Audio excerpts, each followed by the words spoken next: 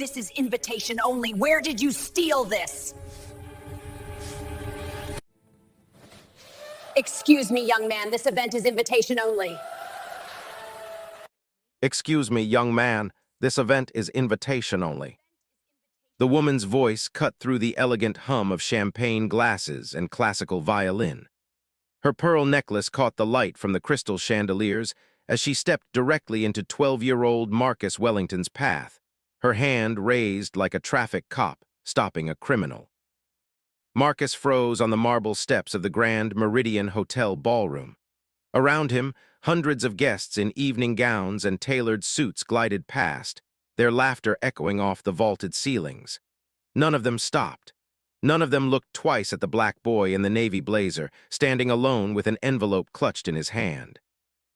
"I have an invitation," Marcus said quietly, his voice barely audible over the string quartet playing near the entrance. The woman, whose name tag read Vanessa Hartley, event coordinator, didn't even glance at the envelope. Her eyes traveled from his scuffed shoes to his borrowed blazer, lingering on every detail that didn't belong.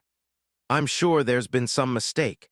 This is the Harrison Foundation annual gala. The youth mentorship program entrance is around back through the service entrance." A man in a tuxedo paused nearby, his companion whispering something behind her hand. They weren't the only ones watching now. A circle of attention was forming, subtle but unmistakable, like ripples spreading across still water. Marcus felt heat rising in his chest, that familiar burning sensation he'd learned to swallow down. He'd been taught better than to make a scene. His grandmother's words echoed in his mind. "Hold your head high, baby. Don't give them the satisfaction." "I was invited to the main event," Marcus repeated, holding out the cream-colored envelope with gold embossing. His hand trembled slightly, betraying the confidence he tried to project. Vanessa's expression shifted from dismissive to irritated. She snatched the envelope from his hand, her red manicured nails leaving creases in the thick paper. As she opened it, her frown deepened. The invitation was real, impossibly real, printed on the finest cardstock money could buy, with Marcus Wellington's name in elegant calligraphy beneath the Harrison Foundation seal. But instead of apologizing, Vanessa's jaw tightened. "Where did you get this?" The question hung in the air like an accusation. "Where are you from? Tell us in the comments below. And if you're loving this story, hit that like button and subscribe for more." 6 months earlier, Marcus Wellington had been living a life most people would call ordinary, though he never saw it that way. The 2-bedroom apartment in Oakland's Fruitville district had paper-thin walls that transmitted every argument, every crying baby, every television turned up too loud. But it was home. The place where his grandmother, Dorothy Wellington, had raised him since he was 3, after his mother disappeared into the fog of addiction, and his father became just a name on a birth certificate he'd never seen. Dorothy worked 2 jobs, cleaning offices downtown during the day and serving dinner at a diner 3 nights a week. Her hands were perpetually raw, her back constantly aching, but her spirit remained unbreakable. She'd instilled in Marcus something precious, a fierce belief in education, dignity, and the quiet power of being twice as good in a world that expected half as much. Marcus was 13 now, though people often thought he was younger. Small for his age, with deep brown eyes that seemed to absorb everything, and a habit of listening more than speaking. At Jefferson Middle School, he maintained straight A's while navigating the complex social hierarchies that made each day feel like a battlefield. His best friend, DeAndre, was his opposite in almost every way. Loud, athletic, quick to laugh and quicker to fight. They'd bonded in 5th grade when DeAndre had stopped 3 older kids from taking Marcus's backpack.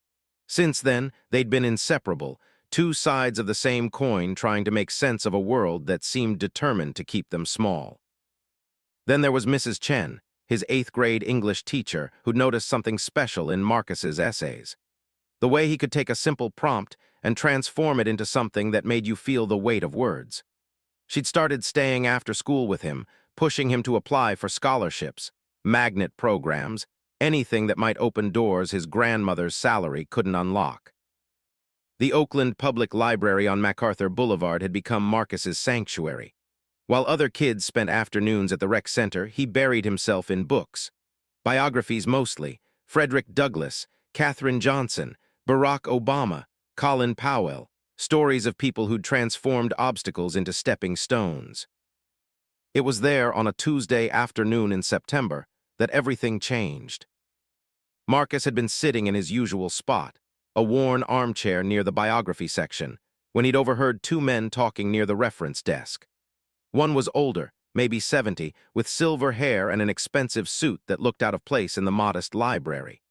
The other was younger, 30s perhaps, carrying a leather briefcase and wearing the kind of watch Marcus had only seen in magazine advertisements.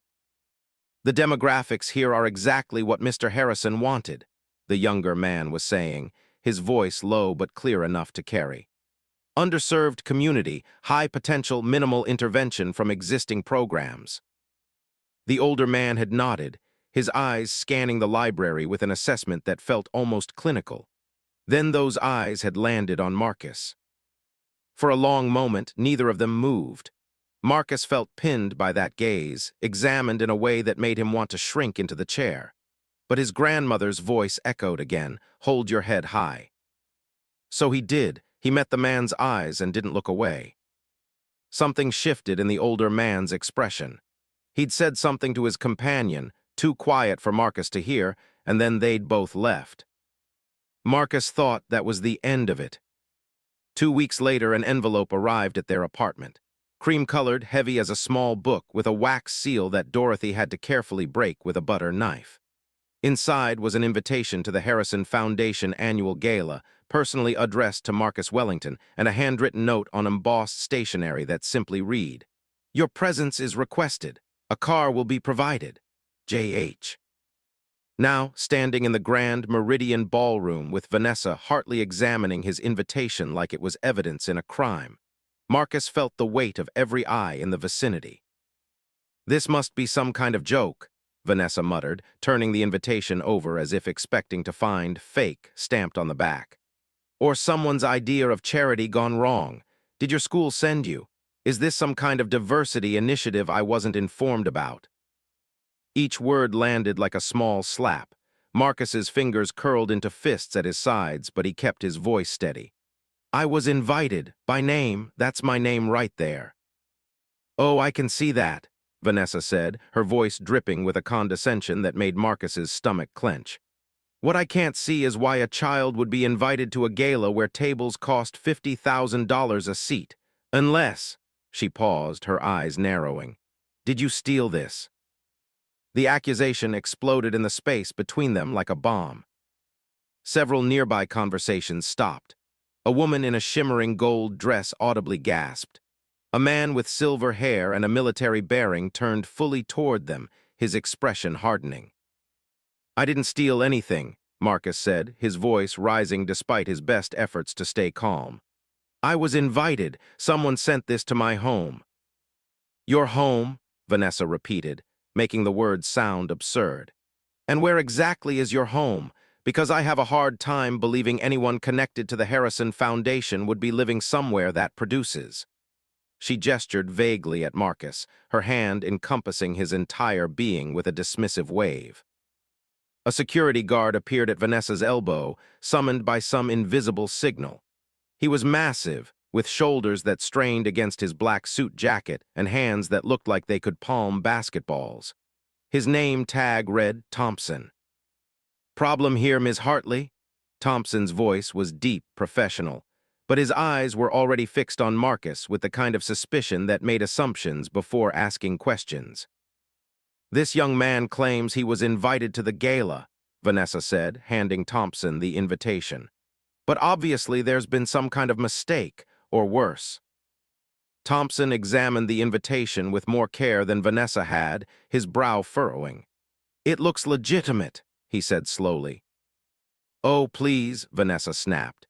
"Anyone with a computer and decent printer could make that. I want to know who put him up to this. This is embarrassing. Do you know how many important people are here tonight? State senators, tech CEOs, philanthropists from around the world. And we have this situation happening right at the entrance." Marcus felt something crack inside him. Not break, not yet, but crack. like ice on a frozen lake bearing too much weight. "I'm not a situation," he said, his voice quiet but sharp. "I'm a person, and I was invited." "By who?" Vanessa demanded, stepping closer. She was tall, nearly 6 feet in her heels, and she used every inch of that height to loom over him. "Give me a name. Who supposedly invited a middle school child to the most exclusive charity event in the Bay Area?" Marcus opened his mouth, but the words stuck in his throat, because he didn't know. The note had been signed with initials, nothing more. He'd assumed it was someone from the foundation, maybe someone who'd seen his essay that Mrs. Chen had submitted to some scholarship database. But he had no name, no face, no proof beyond the invitation in Thompson's hands. His silence was damning. "That's what I thought," Vanessa said, her voice thick with vindication. "Thompson, please escort this young man out through the service exit, quietly. We don't need to make more of a scene than necessary." "Wait," Marcus said, but Thompson's hand was already on his shoulder, firm and unyielding. "Come on, son," Thompson said, not unkindly but with the inevitability of someone used to following orders. "Let's not make this harder than it needs to be." As Thompson began guiding Marcus away from the ballroom entrance, past the staring guests and whispered conversations, a woman's voice rang out sharp and clear across the marble foyer. "Stop! Right! Now!" The woman who'd spoken was African-American, perhaps 45, wearing a burgundy evening gown that looked like it cost more than Dorothy's monthly salary. Her natural hair was styled in elegant locks that fell past her shoulders, and she wore authority like a second skin. She strode toward them with the kind of confidence that made people instinctively step aside. "Ms. Price," Vanessa said, her voice suddenly uncertain, "I was just handling a small security matter." "By manhandling a child," the woman, Ms. Price, fixed Vanessa with a look that could freeze lava. "In front of 300 guests at a charity gala for youth empowerment." Vanessa's mouth opened and closed like a fish. "He doesn't have proper credentials. The invitation appears fraudulent." "Did you verify that?" Ms. Price cut in. "Did you check the guest list? Did you contact anyone in registration before assuming this young man was lying?" The silence that followed was deafening. Ms. Price turned to Marcus and her expression softened marginally. "What's your name, sweetheart?" "Marcus Wellington, ma'am." Something flickered in Ms. Price's eyes. Recognition, maybe, or surprise. She held out her hand. "May I see your invitation, Marcus?" Thompson handed it over, looking increasingly uncomfortable. Ms. Price examined it carefully, her fingers tracing the embossed seal, the calligraphy, the heavy cardstock. Then she pulled out her phone and tapped rapidly, her face illuminated by the screen's glow. The seconds stretched. Marcus could feel his heartbeat in his throat. Around them, a crowd had gathered, no longer even pretending not to stare. He recognized some faces from television, local news anchors and politicians whose names he couldn't quite remember. They were all watching him, this spectacle of a black boy who dared to enter a space that clearly wasn't meant for him. Shame burned through Marcus like acid. Not shame for being there, but shame that this moment was happening at all. That in 2024, in Oakland, California, in a building full of people who claimed to care about equity and justice, he was still being treated like an intruder. "Ms. Hartley," Ms. Price said finally, her voice deadly calm. "Marcus Wellington is not only on the guest list, he's listed as a VIP attendee. His name is marked with a red flag, which means any staff member who encounters him is supposed to personally escort him to Table 1. The color drained from Vanessa's face. "Table 1, Thompson repeated, confused. "The head table," Ms. Price clarified, her eyes never leaving Vanessa. "Where Mr. Harrison himself sits with his most honored guests." The whispers around them exploded into a roar of speculation. Marcus felt dizzy, like the floor had tilted beneath his feet. Table 1, with J. Harrison. The J. Harrison, billionaire philanthropist and founder of Harrison Technologies, one of the most successful tech companies in the world. "That's impossible," Vanessa whispered, but her conviction was gone, replaced by dawning horror. "There must be some mistake in the database." "The only mistake," Ms. Price interrupted, her voice cutting through the noise like a blade, "was yours. and it was captured by approximately 30 people with cameras, at least 5 of whom I watched posting to social media in real time. Vanessa looked around wildly, finally noticing the phones pointed in their direction, the videos being recorded, the witnesses documenting her humiliation of a child. I didn't mean, Vanessa started, but the words disintegrated. Ms. Price turned to Marcus, and her voice softened again. I apologize on behalf of the Harrison Foundation for this treatment. It was inexcusable and does not reflect our values. Mr. Harrison will want to know about this incident. Mr. Harrison? Vanessa's voice came out as a squeak. Yes, Ms. Price said coldly. You know, your employer. The man whose foundation is built on the principle that every young person deserves dignity and opportunity, regardless of their background. I'm sure he'll be very interested to hear how you treated one of his personal guests. Personal guest. The words echoed in Marcus's mind. But why? Why would Jonathan Harrison, a man worth billions, a man who'd revolutionized cloud computing and artificial intelligence, personally invite a 13-year-old kid from Fruitville to his gala? Thompson had removed his hand from Marcus's shoulder and taken a step back, his face carefully neutral but his eyes apologetic. Vanessa looked like she might be sick, her perfect makeup unable to hide the panic setting in. Marcus, Ms. Price said gently, would you like to come with me? I'll take you to your table personally. There are some people who have been waiting to meet you. Marcus nodded, not trusting his voice. As Ms. Price guided him past Vanessa and Thompson, past the gawking crowd and their phones and their whispered conversations, he caught fragments of speculation. It must be someone important. A Harrison's godson, maybe. A scholarship recipient. Did you see how they treated him? They were halfway across the ballroom, weaving between tables set with fine china and crystal, when Marcus noticed something that made his breath catch. At table 1, beneath the stage where a massive banner proclaimed, "Empowering Tomorrow's Leaders," sat an elderly man with silver hair. The same man from the library. And he was watching Marcus with an expression that was impossible to read, something between sadness and hope, and a fierce, burning intensity that made Marcus's skin prickle with the certainty that nothing about tonight was what it seemed. But what happened next changed everything. The walk to table 1 felt like crossing a continent. Every step Marcus took with Ms. Price drew more attention, more whispers, more phones turning in their direction. The ballroom, which had seemed enormous when he first entered, now felt suffocating, like the walls were pressing in from all sides. Don't pay attention to them, Ms. Price murmured. Keep your head up. You belong here more than most of them realize. The cryptic statement only deepened Marcus's confusion. His mind raced through possibilities, each more unlikely than the last.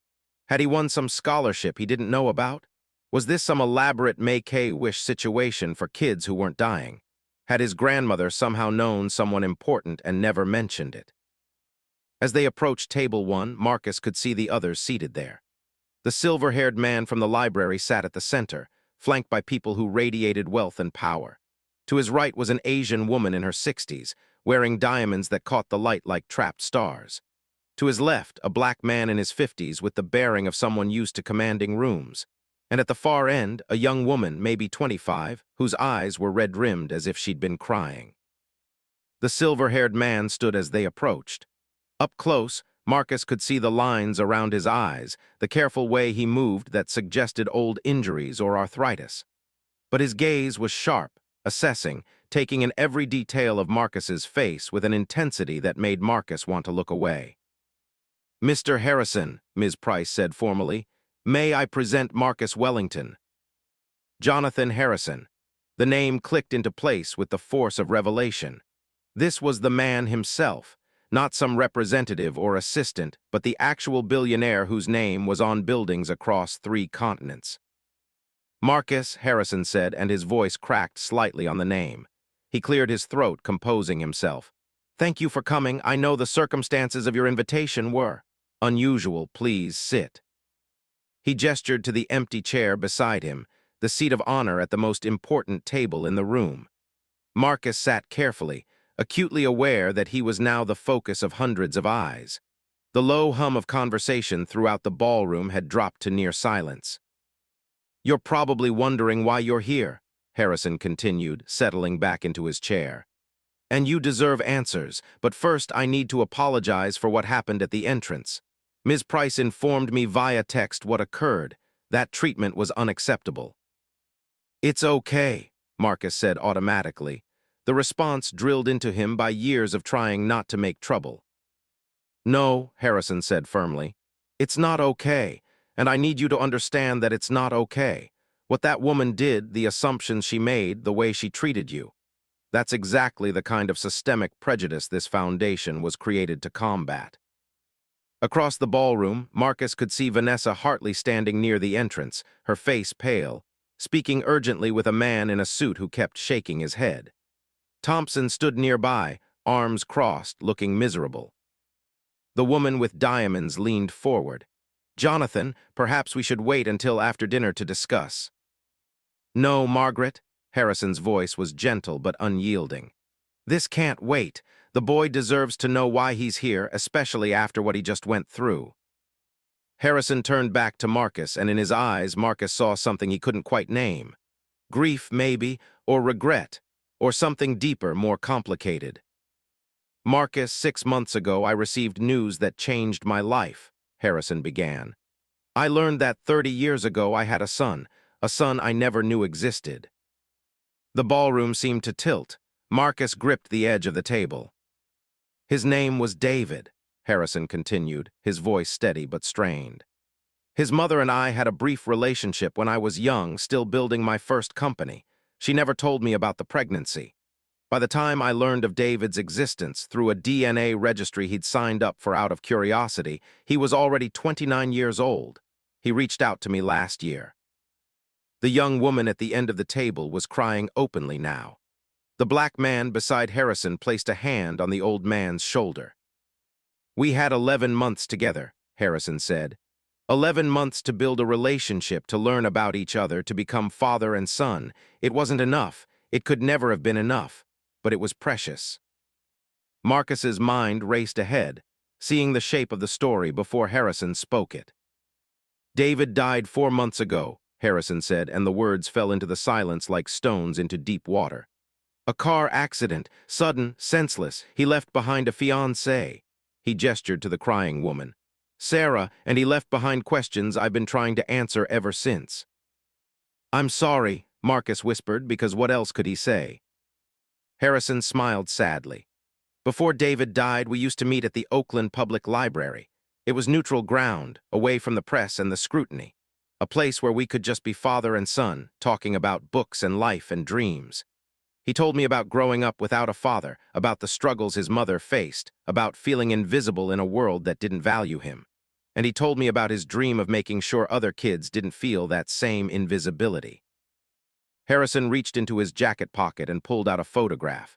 It showed a young black man with Marcus's same deep brown eyes, his same slight build, his same careful way of holding himself. The resemblance was uncanny, impossible, but undeniable.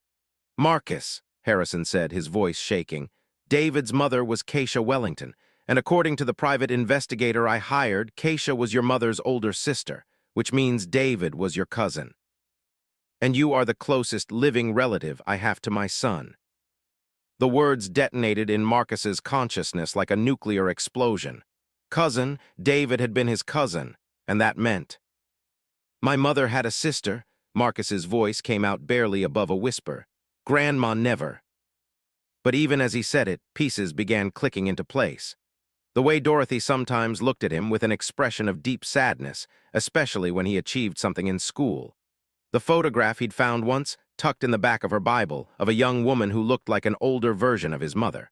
The way Dorothy would sometimes start to say something, then stop, as if swallowing words that hurt too much to speak. "Your grandmother and Keisha had a falling out," Harrison said gently. "From what I've been able to piece together, it happened around the time your mother was born. Keisha left home at 18 and Dorothy raised your mother alone. They never reconciled. Keisha died when David was 15, and I believe Dorothy never even knew she'd passed." Margaret, the woman with diamonds, pulled out a tablet and turned it toward Marcus. On the screen was a family tree, documented with the kind of thoroughness only money could buy. Marcus traced the lines with his eyes, seeing his mother's name, his grandmother's name, and branching off to the side, Keisha Wellington and David Harrison. "I've spent the last 4 months trying to find you," Harrison continued. "David talked about Oakland, about the library, about seeing kids who reminded him of himself. When I learned about his cousin, about you, I had to meet you. I went to the library hoping to find some trace of the family David had described, and I found you instead." "That day you were watching me," Marcus said, remembering that moment in the biography section. "That day I saw my son," Harrison said, his voice breaking. "Saw him in your face, your mannerisms, the way you held that book like it was precious. My investigator confirmed your identity later that week. You are David's cousin. You are my family." The black man beside Harrison spoke for the first time. "I'm Marcus Davis, Mr. Harrison's attorney and friend. I know this is overwhelming, Marcus, but there's more you need to understand about why you're here tonight." He pulled out a leather folder and opened it carefully, revealing documents with official seals and dense legal text. "Before David died," Attorney Davis explained, "he and Jonathan created the David Harrison Youth Empowerment Trust, a foundation within the foundation dedicated specifically to finding and supporting young people who show exceptional character and potential despite facing systemic barriers. David wanted to make sure kids like him, kids like you, would have advocates and resources. The trust is funded with $500 million, Harrison added, and David named potential recipients in his will, young people he'd observed or heard about through his community work. You were on that list, Marcus. He'd seen you at the library too, apparently, though you never met. He wrote about you in his journal, about a boy who looked like him, reading biographies of black excellence, sitting in the same chair where David used to sit when he was figuring out who he wanted to become. Sarah, David's fiancée, finally spoke through her tears. He called you the library kid. He was planning to reach out to you this year to become a mentor. He wanted to tell you about his father, about second chances, about family that finds you when you need it most. Marcus felt tears burning in his own eyes now, grief for a cousin he'd never known, for a connection that had been severed before he could understand what was lost. "Tonight's gala," Harrison continued, "is the official launch of the David Harrison Youth Empowerment Trust, and you, Marcus, are being announced as the trust's first named beneficiary and junior board member." The words didn't make sense. Junior board member, named beneficiary, $500 million. "What does that mean?" Marcus managed. "It means," Attorney Davis said, "that the trust will cover your education through graduate school. It means you'll have access to mentorship, internship programs, and networking opportunities that most people spend lifetimes trying to build. It means you'll help select other recipients for support. And it means that when you turn 25, you'll inherit a voting seat on the Harrison Foundation Board, managing one of the largest philanthropic organizations in the world." Margaret leaned forward. "It also means, darling, that you are now technically one of the wealthiest teenagers in America. The trust principal is in your name, managed by trustees until you come of age, but the assets and their growth belong to you." The ballroom spun. Marcus gripped the table harder. "I don't understand," he said. "Why me? I'm just a kid from Fruitville. I'm nobody." "You're not nobody," Harrison said fiercely. "You're family. You're David's legacy. You're the answer to his dream of making sure kids like him, like you, never feel invisible again. And after what happened tonight at that entrance, after watching that woman try to throw you out of your own event, I'm more certain than ever that David was right. We need people like you on the inside, Marcus. People who understand what it means to be dismissed, to be underestimated, to have your worth questioned at every turn." Across the ballroom, Vanessa Hartley was being escorted toward table 1 by 2 security guards. The man in the suit beside her was speaking urgently into a phone. And behind them, Marcus could see a news crew with cameras, having somehow gained entry to the event. The reckoning was coming, and it was going to be public. The ballroom's ambient noise died as Vanessa Hartley approached table 1. She walked like someone heading to an execution, each step heavy with dread. The man beside her, whose name tag identified him as Gerald Rosen, Chief Operating Officer, Looked like he'd aged 10 years in the past 30 minutes.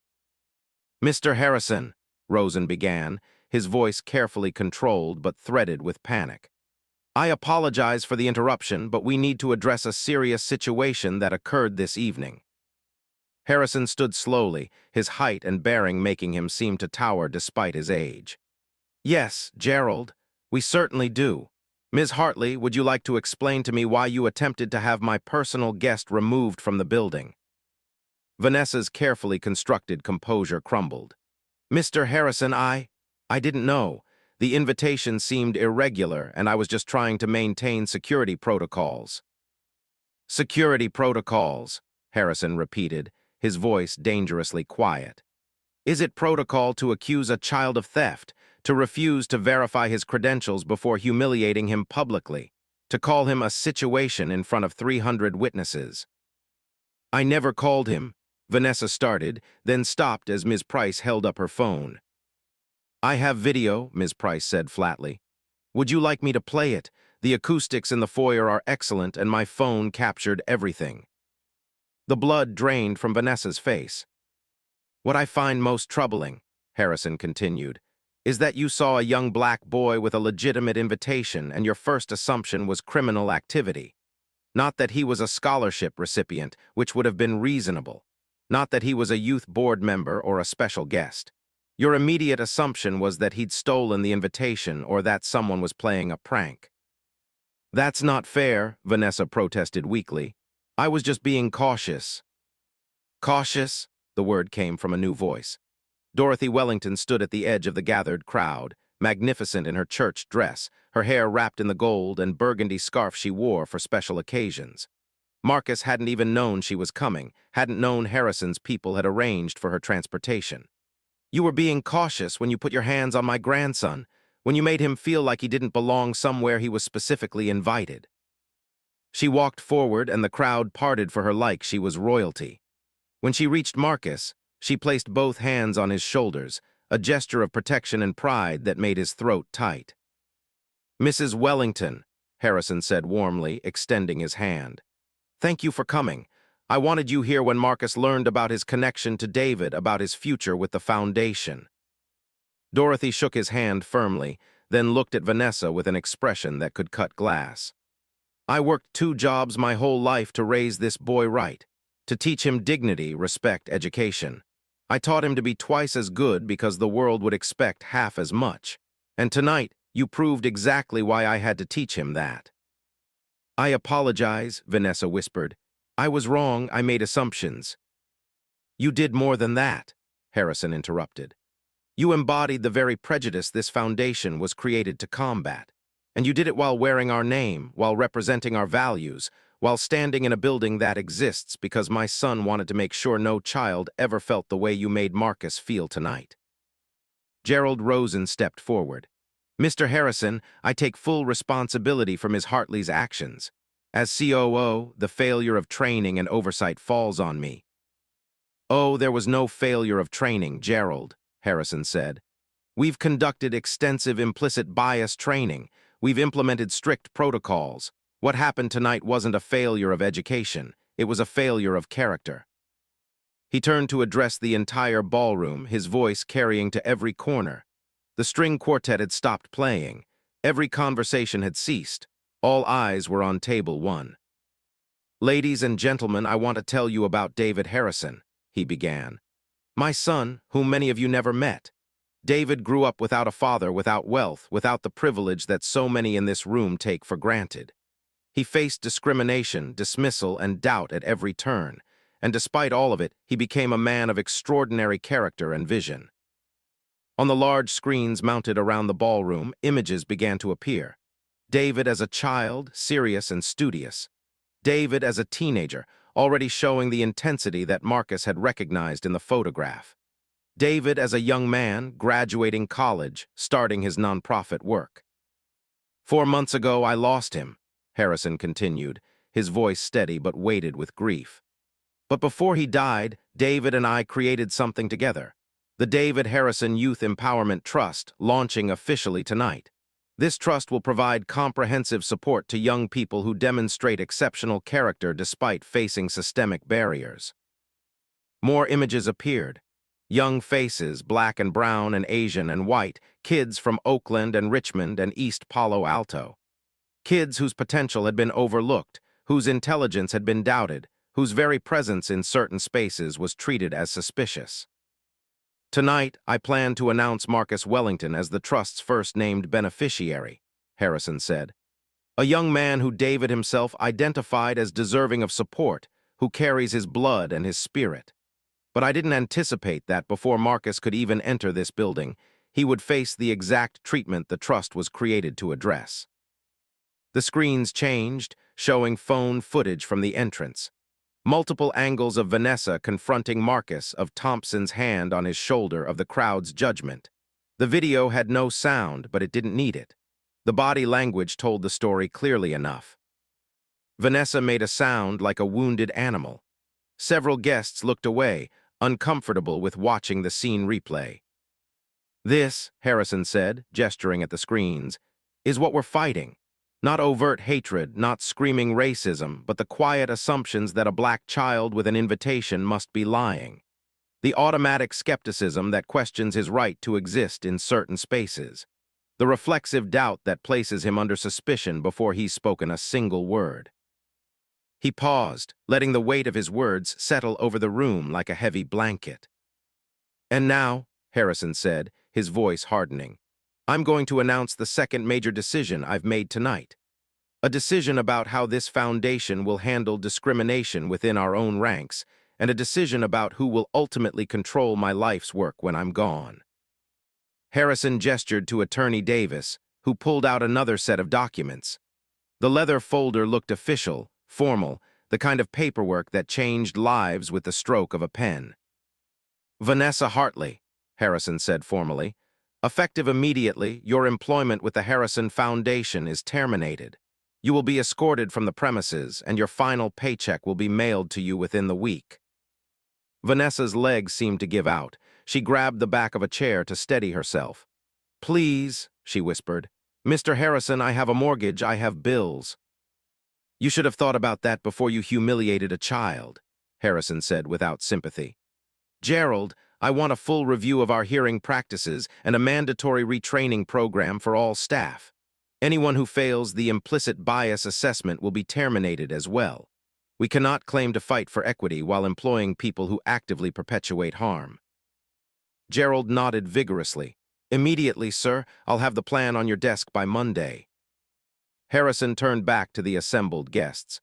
But terminating one employee isn't enough. Real change requires structural transformation, which brings me to my second announcement. The screens changed again, showing a new image. A legal document with Harrison Foundation letterhead dated that very day. I am 73 years old, Harrison said, and while I intend to live many more years, I'm not naive about mortality.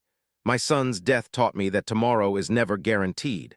So tonight, I'm announcing a change to my estate planning and to the Foundation's governance structure.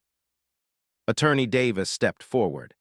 This afternoon, Mr. Harrison signed amended articles of incorporation for the Harrison Foundation. Upon his death, or in the event of his incapacitation, 51% of the Foundation's voting shares will transfer to the David Harrison Youth Empowerment Trust. The Trust's beneficiaries, starting with Marcus Wellington, will collectively control the Foundation's direction and decisions. The gasps were audible now.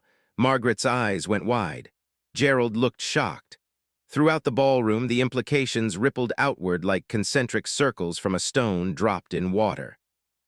You're giving a 13-year-old control of a foundation worth billions, someone shouted from the back. I'm giving control to the people this foundation was created to serve, Harrison corrected. Marcus will be joined by 19 other beneficiaries over the next 5 years. Together, they will ensure that this foundation never loses sight of its mission, that it never becomes another institution run by people who have forgotten what it means to struggle, to be dismissed, to fight for dignity. He placed his hand on Marcus's shoulder, the same gesture Dorothy had made earlier. Marcus, I know this is overwhelming. You're 13. You should be thinking about basketball and homework and video games, not foundation governance and fiduciary responsibilities. So I'm not asking you to take on that burden now. But I am asking you to learn, to grow, to prepare yourself for the responsibility David believed you could carry. Marcus looked up at this man who'd lost his son and found a family he didn't know existed. He thought about David, the cousin he'd never met, who'd sat in the same library chair and dreamed the same dreams. He thought about his grandmother, standing beside him with tears running down her proud face. He thought about all the kids like him, smart and striving and so often invisible.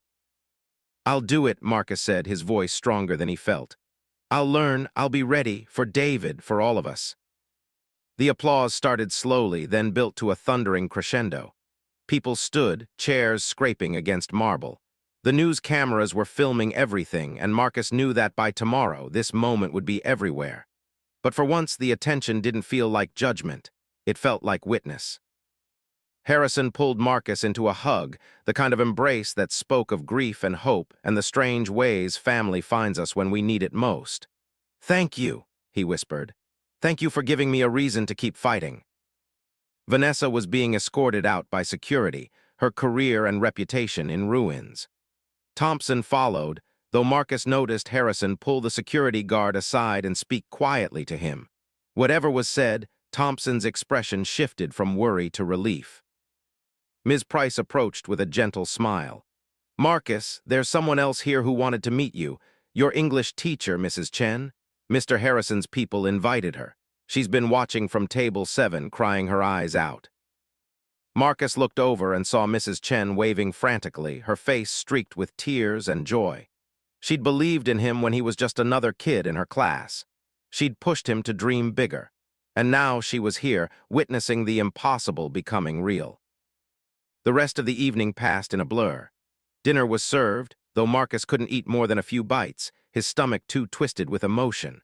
Speeches were made, plans were announced, and throughout it all, people approached table 1 to introduce themselves to Marcus. CEOs and senators and activists and artists, all of them wanting to shake the hand of the boy who'd walked in as nobody and walked out as somebody. But the moment Marcus would remember forever came near the end of the night, when the ballroom had emptied out, and it was just him, Dorothy, Harrison, and Sarah remaining at table 1. Sarah pulled out a small leather journal and handed it to Marcus. "This was David's," she said. "His daily journal. He wrote about you in here, about seeing you at the library and recognizing himself in you. I want you to have it, to know your cousin even if you can never meet him." Marcus took the journal with trembling hands. He opened it to a random page and saw David's handwriting, neat and precise. "Saw the library kid again today. He was reading about Katherine Johnson, completely absorbed. Dad asked me what I was thinking about, and I told him. I told him that kid could be anything if someone just saw him, really saw him. Dad smiled and said maybe we should make sure someone does. Maybe we should make sure he knows he's not invisible.